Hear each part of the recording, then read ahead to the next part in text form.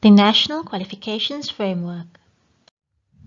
Understanding the NQF.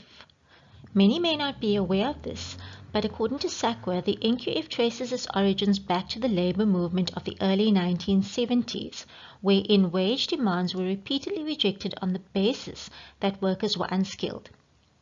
Training was therefore seen as a means to achieving demands for better wages.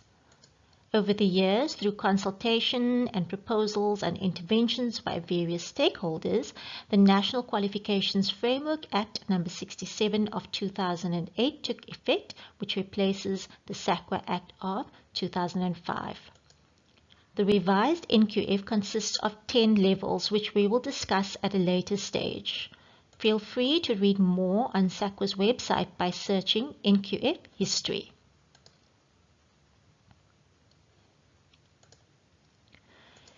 According to the NQF Act, the objectives of the NQF are to create a single integrated national framework for learning achievements, to facilitate access to and mobility and progression within education, training, and career paths, to enhance the quality of education and training, and to accelerate the redress of past unfair discrimination in education, training, and employment opportunities. There are a number of guiding principles promoted by the NQF. I would encourage you to read more about these, and I will be focusing on 4 principles in particular. Let's look at the principle of credibility. Qualifications should have national and international value and acceptance.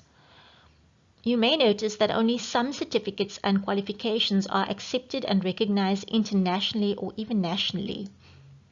And you will find that qualifications registered on the NQF should have well-developed international compatibility statements based on proper research, so that you could have an idea of how comparable your qualification is in other countries, such as those who are leaders in a particular industry.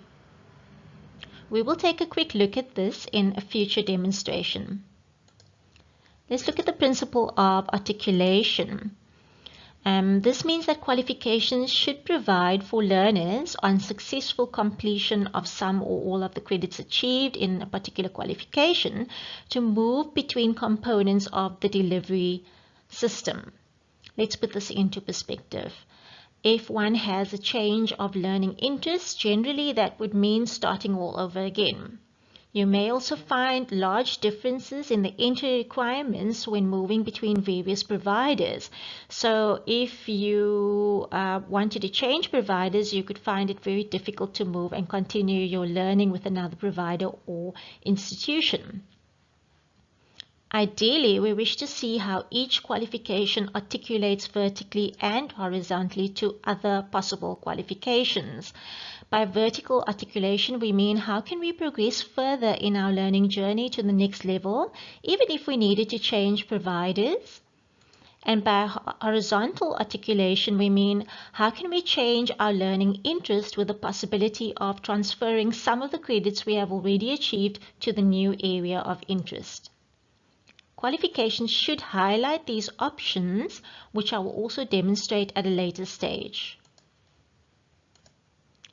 The next principle I want to discuss is relevance. Qualifications should be and remain responsive to national development needs. One may find little match between what is taught in schools and what is required for the world of work, and the NQF seeks to bridge that gap. Lastly, I wish to talk about recognition of prior learning. Qualifications should allow for access or credit to be given towards learning that has already been acquired in different ways, example through informal working experience. This is particularly difficult to assess and manage. However, it is of great value to individuals who have not had an opportunity to have their knowledge and skills to be recognized in the past. In fact, one of the ways that the NQF seeks to accelerate the redress of past unfair discrimination is by allowing for RPL assessment. Read more on the SACWA website, which has an interesting infographic to explain the concept and its application. We will also address the assessment of RPL a little later on and share some of our RPL best practices with you. Looking at the 3 sub-frameworks, we have already alluded to 3 quality councils which are assigned to each. General and Further Education and Training Qualifications sub-framework is overseen by Umaluzi, which covers up to NQF level 4. The Higher Education Qualifications sub-framework begins at NQF level 5 up to NQF level 10. And the Occupational Qualifications sub-framework overseen by the QCTO typically covers NQF level 1 to 6 with the potential to design, develop and quality assure qualifications up to level 8 under certain conditions. So how do we mechanize the NQF?